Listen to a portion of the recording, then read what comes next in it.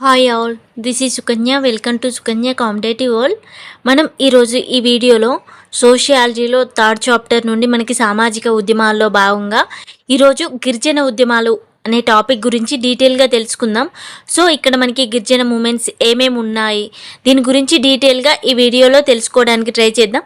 వీడియోలోకి వెళ్ళే ముందు మీరు కనుక ఫస్ట్ టైం నా ఛానల్ని విజిట్ చేస్తున్నట్లయితే ఖచ్చితంగా సబ్స్క్రైబ్ చేసుకోండి, లైక్ చేయండి. మీరు లైక్ చేయడం వల్ల ఈ వీడియో ఎక్కువ మందికి రీచ్ అవుతుంది, నాకు ఎంకరేజ్మెంటింగ్గా ఉంటుంది.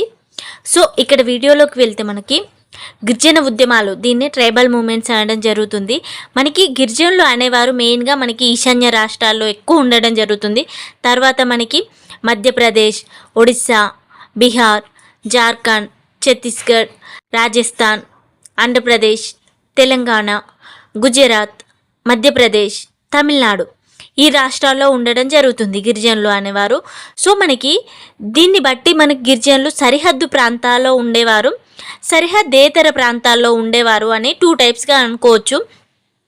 సరిహద్దు ప్రాంతాల్లో వచ్చేసి మనకి ఈశాన్య రాష్ట్రాల్లో నివసించేవారు 7 రాష్ట్రాలకు సంబంధించి మనకి సరిహద్దు ప్రాంతాల వారు అనడం జరుగుతుంది.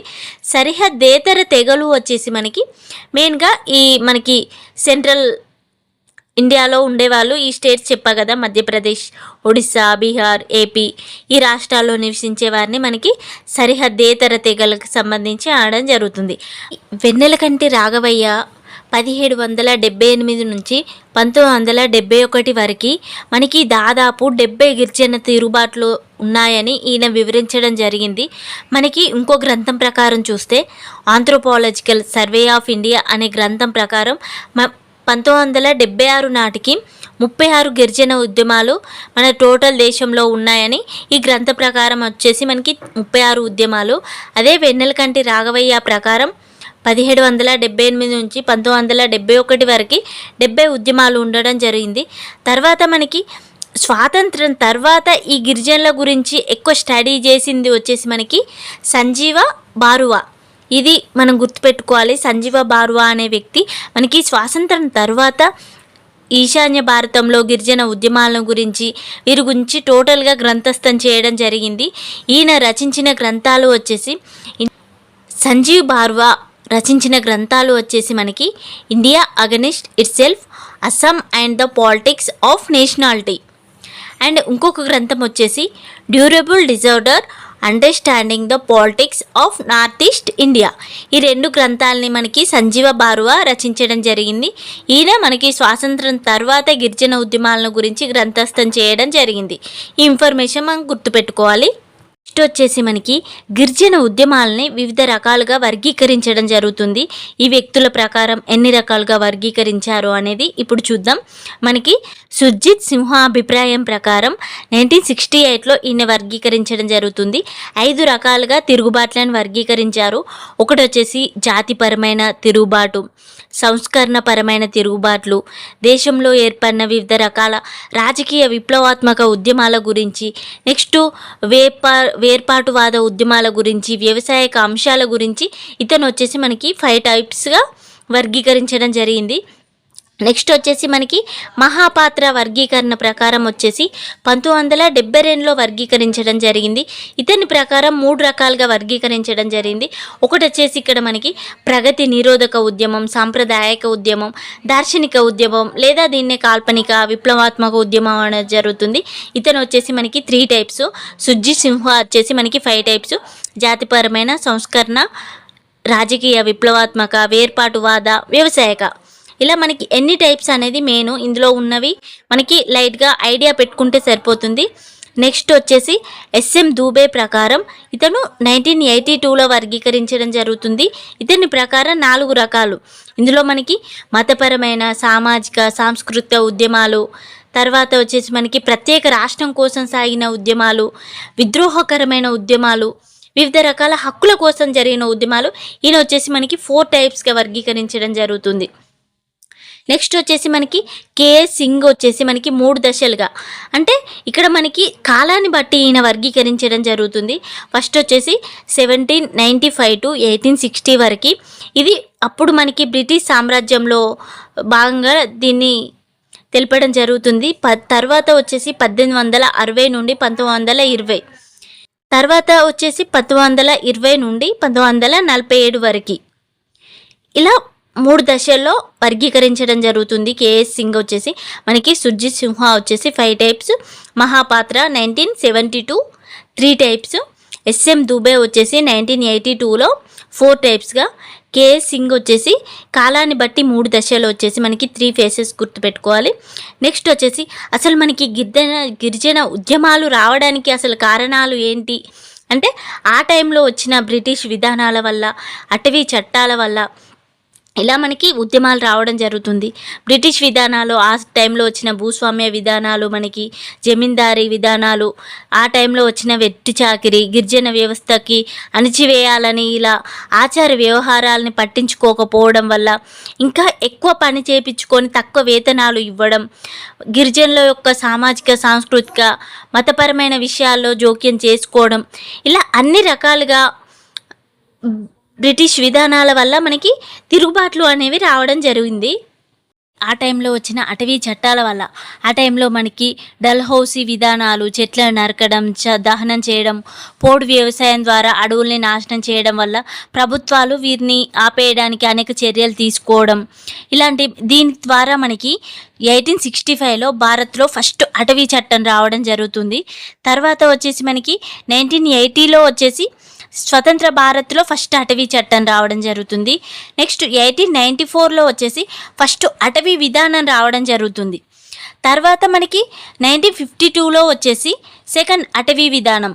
ఇక్కడ మనకి 2 రకాలుగా గుర్తుపెట్టుకోవాలి. స్వతంత్ర భారత్లో అటవీ చట్టం వచ్చేసి మనకి 1980, స్వతంత్ర భారత్లో అటవీ విధానం వచ్చేసి 1952. ఇలా అటవీ చట్టాలని, అటవీ విధానాలని తేవడం జరుగుతుంది.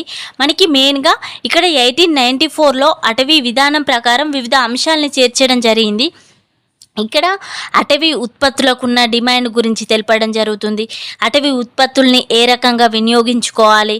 నెక్స్ట్ ఈ టైంలో మనకి కాంట్రాక్టర్లు, వ్యాపారులు వీరందరూ అటవుల్లోకి ప్రవేశించి అటవీ ఉత్పత్తుల్ని ఎక్కువ దాన్ని కమర్షియల్ చేస్తూ గిరిజనుల హక్కులను నియంత్రించడానికి వివిధ రకాలుగా ట్రై చేయడం జరిగింది. దీని ద్వారా మనకి అనేక ఉద్యమాలు రావడం జరుగుతుంది. నెక్స్ట్ వచ్చేసి మనకి ఇందులో భాగంగా గిరిజనులను ఫస్ట్ ఆదిమ రైతులుగా వర్గీకరించిన పర్సన్స్ ఉంటారు. మనకి ఎన్జి రంగా, సహజానంద సరస్వతి ఉండడం జరుగుతుంది. వీరిని గిరిజనులనే ఫస్ట్ ఆదిమ రైతులుగా వీరిద్దరు పేర్కోవడం జరుగుతుంది, ఎన్జి రంగా, సహజానంద సరస్వతి. ఇక్కడ మనకి గుర్తుపెట్టుకోవాల్సింది 1865 భారత్లో ఫస్ట్ అటవీ చట్టం, 1980 వచ్చేసి స్వతంత్ర భారత్లో ఫస్ట్ అటవీ చట్టం, 1894 ఫస్ట్ అటవీ విధానం, తర్వాత వచ్చేసి 1952లో స్వతంత్ర భారత్లో ఫస్ట్ అటవీ విధానం. చూస్తే ఇక్కడ ఫస్ట్ మనకి బిల్లుల తిరుగుబాటు మనకి 1817-19 కాలంలో జరగడం జరుగుతుంది. ఇది మనకి మహారాష్ట్రలోని కాందేశ్ జిల్లాలో జరుగుతుంది. దీనికి నాయకుడు వచ్చేసి మనకి సేవారాం దీనికి నాయకుడిగా ఉండడం జరుగుతుంది. ఈ బిల్లుల తిరుగుబాటు రావడానికి అసలు మెయిన్ కారణం ఏంటి అని చూస్తే మనకి వ్యవసాయ ఆంక్షలు పెట్టడం జరుగుతుంది. ఈ ఆంక్షల ప్రకారం వీళ్ళు తిరుగుబాటు చేయడం జరుగుతుంది. ఇదే మనకి గుజరాత్లోని సూరత్, పశ్చిమ కాందేశ్లోని తపతీ నది లోయల ప్రాంతంలో ఈ బిల్లులు ఎక్కువ ఉండడం జరుగుతుంది.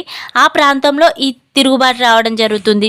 తర్వాత మనకి వీరు మెయిన్గా సంచార జీవితాన్ని గడుపుతూ అడవిలో ఆహారాన్ని సేకరించి బతుకుతూ ఉంటారు బిల్లులు అనేవారు. తర్వాత 1800 సంవత్సరం నుండి మరాఠా పాలనలో బిల్లులు హింసాకాండలకు గురి అయినారు అనేసి మనకి తెలుస్తుంది. తర్వాత వచ్చేసి ముఖ్యంగా హోల్కర్లు, సింధియా రాజులు బిల్లులు ఏ తప్పు చేసినా కూడా వీరిని కొరడాలతో కొట్టించి ఉరికించేవారు. వీరి పట్ల ఇంత అమానుషంగా ఉన్నారు కాబట్టే బిల్లులు అనేవారు మనకి 1817-19లో తిరుగుబాటు చేయడం జరుగుతుంది. ప్లేస్ వచ్చేసి మనకి మహారాష్ట్ర కాందేశ్ జిల్లా. నాయకుడు వచ్చేసి సేవారాం. మనకి ఏ తిరుగుబాటు జరిగినా ఫస్ట్ వచ్చేసి మనకి బేసిక్ ఇయర్ గుర్తుపెట్టుకోవాలి, అది జరిగిన ప్లేసు, దానికి నాయకత్వం వహించింది, అది రావడానికి కారణం ఏంటి, ఇది మనకి గుర్తుపెట్టుకుంటే. తర్వాత వచ్చిన తిరుగుబాటు వచ్చేసి మనకి అహోం తిరుగుబాటు. ఇది మనకి 1828లో అస్సాంలో జరగడం జరుగుతుంది. దీనికి నాయకుడు వచ్చేసి గోమ్దార్ కొన్వర్ అహోం తిరుగుబాటుకి నాయకుడిగా ఉంటారు. తర్వాత దీని అసలు మెయిన్ రీజన్ ఏంటి అని చూస్తే అస్సాంను బ్రిటిష్ సామ్రాజ్య సరిహద్దులకు కలపడం. అస్సాం అంటే మనకి ఈశాన్య రాష్ట్రాల్లో ఉంటుంది కదా, ఆ ప్రాంతాన్ని తీసుకొచ్చి మనకి బ్రిటిష్ పాలిత ప్రాంతాలకి అనుసంధానించడం వల్ల మనకి మెయిన్గా అహోంలో ఈ తిరుగుబాటు చేయడం జరుగుతుంది. మనకి ఇది 1828లో గోమ్దార్ కొన్వర్ నాయకత్వంలో జరుగుతుంది. నెక్స్ట్ వచ్చేసి మనకి కాశీ తిరుగుబాటు. ఇది మనకి 1829-32లో జరుగుతుంది. ప్లేస్ వచ్చేసి అస్సాంలో. దీనికి నాయకత్వం వహించింది వచ్చేసి తిరత్ సింగ్. దీనికి కారణం వచ్చేసి మనకి కాశీ, జయంతియా ఈ కొండలు ఉంటాయి కదా మనకి ఈశాన్య రాష్ట్రాల్లో, మేఘాలయ లాంటి ప్లేస్లో కాశీ, జయంతియా కొండల్లో బ్రిటిష్ వారు వేసే రోడ్లకు వ్యతిరేకంగా ఈ కాశీలు మనకి తిరుగుబాటు చేయడం జరుగుతుంది. రీజన్ వచ్చేసి దీనికి నాయకత్వం వహించింది వచ్చేసి తిరత్ సింగ్. 1829-32లో మనకి ఈ కాశీల తిరుగుబాటు రావడం జరుగుతుంది. నెక్స్ట్ వచ్చేసి మనకి కోళ్ళ తిరుగుబాటు వచ్చేసి ఏ టైంలో జరిగింది మనకి 1831-32లో జరుగుతుంది. ఇది జరిగిన ప్లేస్ వచ్చేసి మనకి జార్ఖండ్. దీనికి నాయకత్వం వహించింది వచ్చేసి బుద్ధో భగత్. దీనికి అసలు కారణం ఏంటి అని చూస్తే అప్పుడు మనకి ప్రభుత్వ చట్టాలు గిరిజనేతరులకు కూడా అనుమతించడం, ఇది మనకి కారణం. ఈ తిరుగుబాటులో చూస్తే కోళ్ళు తమ సోదరులు అయిన ఒరాన్లు, ముండాలు, హోలు, లంక అనే గ్రామంలో సమావేశం జరపడం జరుగుతుంది. దీనిలో భాగంగా మనకి 1832లో కలకత్తా, దీనాపూర్, బెనారస్ వివిధ ప్రాంతాల నుండి వచ్చిన సైన్యం వీరిని 1832లో అణచివేయడం జరుగుతుంది. ఇది మనం గుర్తుపెట్టుకోవాలి. వీరు ఫస్ట్ సమావేశం జరుగుతారు, తర్వాత సైన్యం వీరిని అణచివేయడం జరుగుతుంది 1932లో. తర్వాత వచ్చేసి కోండ్ తిరుగుబాటు. ఇది మనకి 1846-60లో జరుగుతుంది. ఒడిస్సాలో జరుగుతుంది. దీనికి నాయకత్వం వహించింది వచ్చేసి చక్ర బిషోయ్. నెక్స్ట్ వచ్చేసి మనకి సంతాళ్ల తిరుగుబాటు. ఇది మనకి 1855-56 సంవత్సరంలో జరుగుతుంది. ఎక్కడ జరుగుతుంది? జార్ఖండ్లో జరుగుతుంది. మనకి ఎక్కువ ఇక్కడ చూస్తే జార్ఖండ్ ప్లేసుల్లో అస్సాంలో ఎక్కువ కనిపిస్తున్నాయి, అబ్జర్వ్ చేయాలి మనం. దీనికి నాయకత్వం వహించింది వచ్చేసి సిద్ధు, కున్హు, చాంద్, భైరవ్. వీరు ఈ ఉద్యమానికి, ఈ తిరుగుబాటుకు నాయకత్వం వహించడం జరుగుతుంది. అసలు ఈ తిరుగుబాటు రావడానికి కారణం ఏంటి అని చూస్తే మనకి ఆ టైంలో ఉన్న జమీందారీ వ్యవస్థ, వడ్డీ వ్యాపారంలో ఆగడాలు, తర్వాత బ్రిటిష్ పరిపాలన, ఈ జమీందారీ రైత్వారీ విధానాలు, తర్వాత దీనికోసం వీరు ప్రయోగించిన యుద్ధ తంత్రం వచ్చేసి మనకి గెరిల్లా పోరాట పద్ధతిలో వీరు తిరుగుబాటు చేయడం జరుగుతుంది. దీనివల్ల వీరికి కలిగిన లాభాలు వచ్చేసి రాజకీయంగా, ఆర్థికంగా ప్రయోజనం కలుగుతుంది. తర్వాత మనకి సంతాళ్ళు నివసిస్తున్న ప్రాంతాన్ని సంతాల్ పరిగణాలుగా వీరు పరిగణించడం జరుగుతుంది. మనకి మెయిన్గా ఈ సంతాలు బెంగాల్, బీహార్, ఒడిస్సా ఈ ప్రాంతాల్లో విస్తరించే ఉండి జమీందారులకి ఆపోజిట్గా చేయడం జరుగుతుంది. దీనిలో భాగంగా 1855 జనవరి 30న బాగ్నదీహి అనే ప్లేస్లో 10,000 మందికి పైగా 400 గ్రామాలకు చెందిన ప్రజలు ఒక ప్లేస్లో సమావేశమై ఈ జమీందారులందరినీ వదిలించుకోవాలని సమావేశం అవడం జరుగుతుంది. దీనిలో భాగంగా మనకి 1855 జూలై 19న మార్ష్లా అంటే సైనిక పాలన విధించడం జరుగుతుంది ప్రభుత్వం వీరిపైన. తర్వాత దీని గురించి మనకి Karl Marx notes on Indian history అనే గ్రంథాన్ని రాయడం జరుగుతుంది. ఇందులో మనకి సంతాళ్ళ తిరుగుబాటు గురించి వివరించడం జరుగుతుంది. తర్వాత వచ్చేసి మనకి ఒరిస్సాలో ఆదిమ తెగల తిరుగుబాట్లు చూస్తే మనకి ఫస్ట్ 1834లో కోరాపూర్ జిల్లాకు చెందిన కొండ సవర్లలో బ్రిటిష్ వారిపై దాడి చేయడం జరుగుతుంది. ఫస్ట్ తిరుగుబాటు ఒరిస్సాలో వచ్చేసి మనకి 1880లో వచ్చేసి తిమ్మన్ దొర నాయకత్వాన కోయలందరూ కలిసి సాయుధ తిరుగుబాటు చేయడం జరుగుతుంది. మళ్ళీ నెక్స్ట్ 1817లో కోండులందరూ కలిసి వివిధ రకాల ఆయుధాలు చేపట్టడం జరుగుతుంది. నెక్స్ట్ ఇంకా ఇందులో భాగంగా మనకి 1830లో చినయ్ దొర, 1850లో చక్రో బిసే దొర నాయకత్వాన కోండులో తిరుగుబాటు చేయడం జరుగుతుంది బ్రిటిష్ వారిపై. సో ఇలా తిరుగుబాట్లు చేస్తూ బ్రిటిష్ వారిని తరిమి కొట్టడం జరుగుతుంది. తర్వాత మనకి 1857లో వచ్చేసి సంబల్పూర్కు చెందిన సురేంద్ర సాయి అనే గోండు నాయకత్వాన బ్రిటిష్ ప్రభుత్వంకు వ్యతిరేకంగా పోరాటం చేయడం జరుగుతుంది. ఇలా మనకి ఒరిస్సాలో ఆదిమ తెగలు వివిధ రకాల తిరుగుబాట్లు చేయడం జరుగుతుంది. ఫస్ట్ వచ్చేసి మనకి 1834లో కొండ సవర్లలు. 1880లో వచ్చేసి మనకి తిమ్మన్ దొర నాయకత్వాన కోయలందరూ కలిసి తిరుగుబాటు చేయడం జరుగుతుంది. 1817లో కోండులు, మళ్ళీ 1830లో చిన్నయ్య దొర నాయకత్వాన, మళ్ళీ 1850లో చక్రు బిసయ్ దొర నాయకత్వాన కోండులు తిరుగుబాటు చేయడం జరుగుతుంది. 1857లో వచ్చేసి మనకి గోండులు సురేంద్ర సాయి నాయకత్వాన సంబల్పూర్లో తిరుగుబాటు చేయడం జరుగుతుంది. ఇది మనకి ఒరిస్సాలో ఆదిమ తెగల తిరుగుబాట్లు. నెక్స్ట్ వచ్చేసి బస్తర్ ఆదివాసీ తిరుగుబాటు చూస్తే ఇక్కడ మనకి ఇది మెయిన్గా ఛత్తీస్గఢ్ ప్రాంతంలో ఈ బస్తర్ అనే ప్లేస్ ఉండడం జరుగుతుంది. ఇక్కడ మనకి ఎక్కువ 72% అనేది అటవీ ప్లేస్ ఉండడం జరుగుతుంది. బస్తర్లో మనకి హాల్బా, మారియా, మురియం అనే మొదలైన గోండు తెగలు ఎక్కువగా నివసించేవారు. వీరు మిగిలిన ఆదివాసుల కంటే ఇంకా వెనుకబడి ఉండేవారు. ఆ టైంలో వీరి మీద అసలు నిరంకుశ అటవీ చట్టాలు, ఫారెస్ట్ ప్లేస్ ఎక్కువ ఉన్నప్పుడు వీరి మీద పెట్టే అటవీ చట్టాలు అనేవి దారుణంగా ఉండేది. సో ఇవి మనకి తిరుగుబాటు చేయడానికి కారణమయ్యాయి. తర్వాత గోండుల భూములను లాక్కొని వారి చేత వెట్టి చాకిరీ చేయించేవారు. 1880 సంవత్సరంలో వీరు తిరుగుబాటు చేయడం జరుగుతుంది. 1891 సంవత్సరంలో బ్రిటిష్ వారు పోలీసులతో ఈ తిరుగుబాటుని అణచివేయడం జరుగుతుంది. నెక్స్ట్ వచ్చేసి మనకి నాయక్ దా తిరుగుబాటు. ఇది మనకి 1858 నుండి 59 మధ్యలో జరుగుతుంది. ఇది మనకి గుజరాత్లో జరుగుతుంది. దీనికి నాయకత్వం వహించింది వచ్చేసి మనకి జోరియా భగత్ రూప్ సింగ్. వీరు నాయక్ దా తిరుగుబాటుకి నాయకత్వం వహించడం జరుగుతుంది. అసలు ఈ తిరుగుబాటు రావడానికి కారణం ఏంటి అంటే ఆ టైంలో బ్రిటిష్ అధికారులకు సవర్ణ హిందువులకు వ్యతిరేకంగా ఈ తిరుగుబాటు రావడం జరుగుతుంది. ఇది మనం గుర్తుపెట్టుకోవాలి. ఎక్కువ ఏ తిరుగుబాటు చూసినా ఈ ఇయర్ గుర్తుపెట్టుకొని అది జరిగిన ప్లేసు, దానికి నాయకత్వం, ఇంకా నెక్స్ట్ వచ్చేసి మనకి దానికి గల కారణం తెలుసుకుంటే సరిపోతుంది. నెక్స్ట్ వచ్చేసి కచ్ నాగా తిరుగుబాటు. ఇది మనకి 1882లో జరుగుతుంది. ఇది కచ్ అనే ప్లేస్ వచ్చేసి మనకి అస్సాంలోని కచ్చర్లో జరుగుతుంది. మనకి దీనికి నాయకత్వం వహించింది వచ్చేసి శంభుధన్ అనే వ్యక్తి ఈ కచ్ నాగా ఉద్యమానికి నాయకత్వం వహించడం జరుగుతుంది. నెక్స్ట్ వచ్చేసి ఇంపార్టెంట్ మనకి ముండా తిరుగుబాటు. దీనికి నాయకత్వం వహించింది బిర్సా ముండా అనే వ్యక్తి 1899 1900 సంవత్సరాల మధ్య ఈ తిరుగుబాటు రావడం జరుగుతుంది. ప్లేస్ వచ్చేసి బీహార్లో. అసలు బిర్సా ముండా తిరుగుబాటు రావడానికి కారణం ఏంటి అని చూస్తే మనకి బ్రిటిష్ వారి పాలన, ఆ టైంలో క్రిస్టియన్ మిషనరీల ఆగడాలు, భూస్వాముల అరాచకాలు, ఇలా వివిధ రకాల కారణాల వల్ల మనకి ఆదివాసీలు, గోండు తేలవారు వివిధ తిరుగుబాట్లకు కారణమయ్యాయని చెప్పవచ్చు. దీని గురించి మనకి మహేశ్వతా దేవి అనే వ్యక్తి మనకి ఒక నవల కూడా రాయడం జరుగుతుంది, రైట్ టు ఫారెస్ట్ అనే నవల. దీనికి మనకి 1979లో వచ్చేసి 9లో బెంగాలీ సాహిత్య అవార్డు కూడా రావడం జరుగుతుంది. మనకి ఇది బిర్సా ముండా ఉద్యమం గురించి.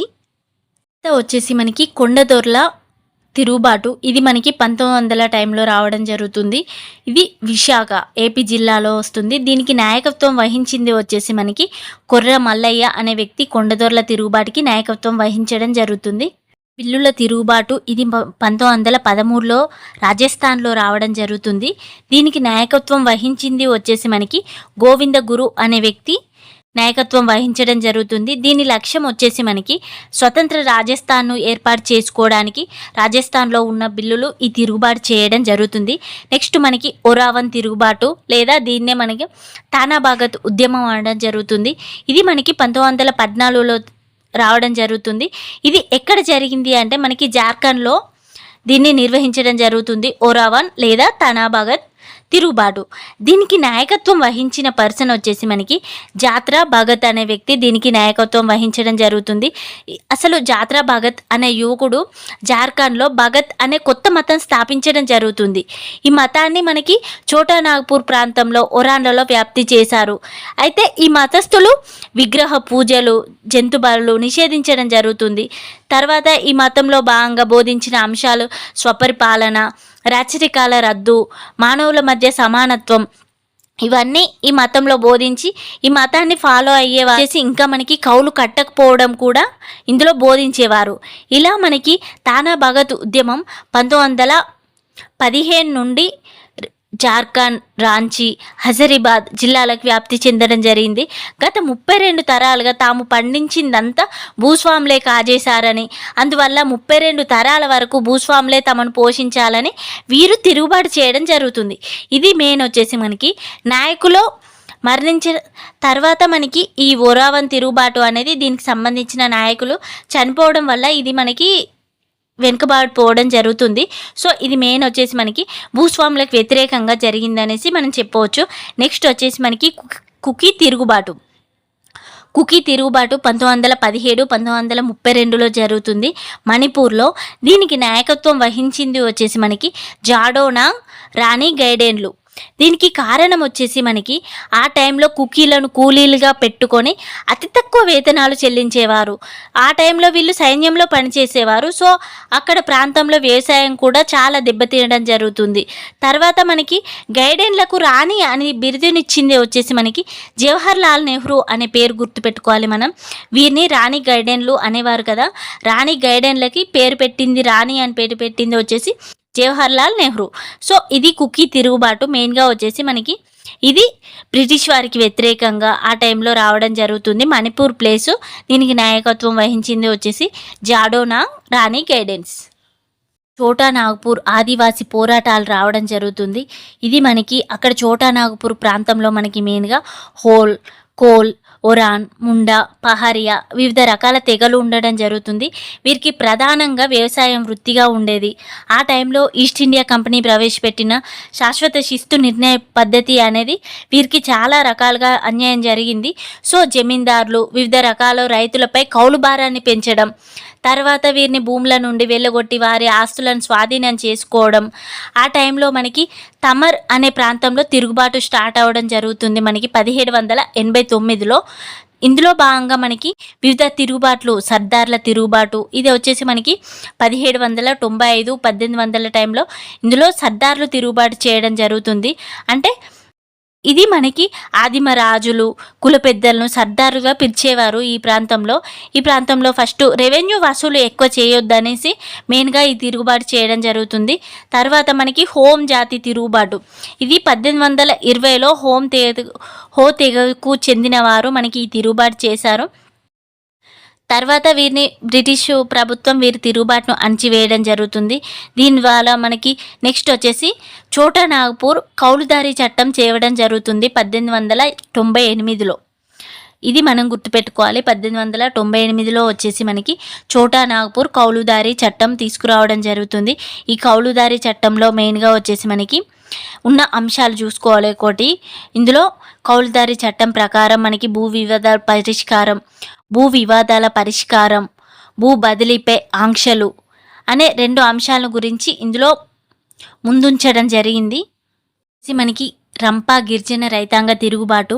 ఇది మెయిన్గా మనకి రంపా అనగానే గుర్తుకొచ్చేది అల్లూరి సీతారామరాజు గుర్తు రావడం జరుగుతుంది. ఫస్ట్ వచ్చేసి మనకి రంపా తిరుగుబాటు గోదావరి విశాఖ ఏజెన్సీ ప్రాంతంలో జరగడం జరుగుతుంది. మనకి ఫస్ట్ దీన్ని తీసుకొచ్చింది వచ్చేసి 1879లో గోదావరి విశాఖలో. ఇందులో మనకి తూర్పు గోదావరికి చెందిన రంపా చోడవరం జిల్లాకు చెందిన రామభూపతి అనే వ్యక్తి ఈ తిరుగుబాటు చేయడం జరుగుతుంది. తర్వాత మనకి 1879లో తిమ్మంతరో నాయకత్వాన చోడవరంలో ఈ రంపా తిరుగుబాటుకు చేయడం జరుగుతుంది. అసలు మెయిన్గా మనకి రంపా తిరుగుబాటు రావడానికి కారణాలు ఏంటి? మనకి తాడి చెట్ల నుండి కళ్ళు గీయడం పై ఆంక్షలు విధించడం, పన్నులు చెల్లించని వారిపై చర్యలు తీసుకోవడం, తర్వాత వివిధ ఎక్కువ పన్నులు విధించడం, తర్వాత గూడెం తహసీల్దారు బాస్టియన్ కూలీలకు తక్కువ కూలీ ఇచ్చి ఎక్కువ పని చేసుకోవడం, తర్వాత భూమి కొలతల విషయంలో వివిధ రకాల అన్యాయాలను గిరిజనులు భూమి కొలతల విషయంలోనూ ఇవన్నీ మనకి ఈ తిరుగుబాటుకు కారణాలుగా చెప్పవచ్చు. మనకి 1879లో మెయిన్గా తిమ్మనదొర నాయకత్వాన చోడవరంలో ఫస్ట్ తిరుగుబాటు రావడం జరుగుతుంది. ఇక్కడ భాగంగా మనకి చోడవరంలో వచ్చేసి పోలీస్ స్టేషన్పై తిరుగుబాటుదారులు అందరూ కలిసి పోలీస్ స్టేషన్పై దాడి చేయడం జరుగుతుంది మనకి. తర్వాత మనకి అల్లూరి సీతారామరాజు కూడా మనకి పోలీస్ స్టేషన్పై ఏజెన్సీ ప్రాంతాల్లో పోలీస్ స్టేషన్పై దాడి చేయడం జరుగుతుంది మనకి. ఇందులో భాగంగా మనకి చింతపల్లి, రాజవొమ్మంగి పోలీస్ స్టేషన్లపై దాడి చేయడం జరుగుతుంది. తర్వాత వంజేరిఘాట్ సంఘర్షణ జరగడం జరుగుతుంది మనకి 1922 సెప్టెంబర్ 3న ఇది. తర్వాత మనకి పెద్దగడ్డపాలెం సంఘర్షణ వచ్చేసి 1922 డిసెంబర్ 6న. తర్వాత అన్నవరం పోలీస్ స్టేషన్పై దాడి 1923 ఏప్రిల్ 18న. ఇలా మనకి గిరిజనులే మనకి వివిధ పోలీస్ స్టేషన్లపై దాడి చేయడం జరుగుతుంది. ఇక్కడ మనకి ఇందులో భాగంగా చాలామంది మరణించడం జరుగుతుంది. ఫస్ట్ వచ్చేసి మనకి చింతపల్లి రాజవొమ్మంగి పోలీస్ స్టేషన్పై దాడి చేయడం, ఇది ఫస్ట్ దాడి మనం గుర్తుపెట్టుకోవాలి. ఇందులో భాగంగా ఫస్ట్ మనకి వీరయ్య దొర ఇందులో మరణించడం జరుగుతుంది. ఇందులో మనకి మల్లు దొర, గంట దొరలు, సీతారామరాజుతో చేరడం జరుగుతుంది. మనకి ఈ పోరాటంలో మనకి అగ్గిరాజు, మల్లు దొర, గంట దొర, పెట్టడం వీరయ్య, ఎండుపడాల్, ఇలా ఇంకా ఎర్రేసు వివిధ వ్యక్తులు ఈ మనకి అల్లూరి మన్యం తిరుగుబాటులో భాగంగా వీరందరూ అల్లూరి సీతారామరాజుకు సహకరించడం జరుగుతుంది. లాస్ట్ వచ్చేసి మనకి వివిధ పోలీస్ స్టేషన్లు ఇవి మనకి ప్రీవియస్లో ఇవి పోలీస్ స్టేషన్లు అనేవి అడగడం జరిగింది కాబట్టి ఏ పోలీస్ స్టేషన్కి ఎప్పుడు అనేది మనం గుర్తుపెట్టుకోవాలి. ఇక్కడ మనకి అల్లూరి లాస్ట్ 1924 మే 8న అల్లూరి మరణం తర్వాత మరణించడం జరుగుతుంది. మనకి గోండు ఉద్యమాలు రావడం జరుగుతుంది. గోండు తెగ వచ్చేసి మనకి ఎక్కువ మధ్యప్రదేశ్, మహారాష్ట్ర, తెలంగాణ రాష్ట్రాలు ఎక్కువ విస్తరించి ఉన్నారని చెప్పవచ్చు. అంటే మెయిన్గా గోండ్వానా ప్రాంతంలో నివసించే గోండ్లను వీరు నివసిస్తారు కాబట్టే వీరు ఉన్న ప్రాంతాన్ని మనం గోండ్వానా ప్రాంతం ఆడడం జరుగుతుంది. మనకి గోండుల తిరుగుబాట్లలో వచ్చేసి గోండుల భూపోరాటం వచ్చేసి ఇది. గోండుల్లో వచ్చేసి తిరుగుబాట్లు చూస్తే గోండుల భూపోరాటం, గోండుల ఆత్మనిగ్రహ ఉద్యమం, గోండుల అటవీ సత్యాగ్రహం, గోండుల సర్కారు ఉద్యమం, గోండుల సామాజిక ఉద్ధరణ ఉద్యమం, గోండుల ఆత్మగౌరవ ఉద్యమం, ఇలా మనకి వివిధ తిరుగుబాట్లు ఉండడం జరుగుతుంది. వీటికి వచ్చేసి మనకి గోండుల భూ పోరాటం చూస్తే 1940-81 మధ్య ఆదిలాబాద్లో జరగడం. గోండుల భూ పోరాటం వచ్చేసి మనకి 1940-81లో జరుగుతుంది. ఆ టైంలో భౌగోళికంగా, సాంస్కృతికంగా గోండులు అనేవారు ఎక్కువ పెద్ద తెగ అని చెప్పవచ్చు. వీరికి మనకి గోండులతో కొంతవరకు సమాన స్థాయి గల వారిని నాయక్ పోర్లు అనడం జరుగుతుంది. మనం ఆ టైంలో గోండ్ల గురించి ఎక్కువ స్టడీ చేసింది హైమండార్ఫ్ స్టడీ చేయడం జరుగుతుంది. సో ఇక్కడ మనకి గోండుల భూ పోరాటం వచ్చేసి ఈ టైంలో జరుగుతుంది. నెక్స్ట్ ఆత్మనిగ్రహ ఉద్యమము, అటవీ సత్యాగ్రహం 1930లో, తర్వాత సర్కారు ఉద్యమం, సామాజిక ఉద్ధరణ 1930 వచ్చేసి మనకి హీరామాంజీ నాయకత్వంలో రావడం జరుగుతుంది.